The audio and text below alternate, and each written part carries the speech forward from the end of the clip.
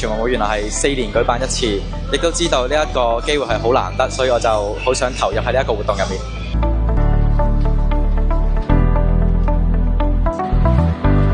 跟住我哋就係透過呢學校嘅一個途徑去參加到呢個義工活動。因為我哋做義工嘅時候呢，係聽住隔離啲觀眾喺嗌嘅時候呢，我係完全 feel 到嗰一種熱血澎湃嘅感覺，令到我哋知道原來我哋香港運動員呢係有咁多人支持，令到人哋知道香港運動員嘅付出係值得嘅。同埋我哋啱啱做義工嘅時候呢，有人過嚟問我哋問題啦，而我哋都可以回答到佢。呢一種都有種滿足感同埋開心嘅感覺，係幫到人，係啊。因為全運會都係4年一次盛大嘅呢個運動會啦，我都好難得有呢個機會可以作為一個工作人員參加到。因為呢個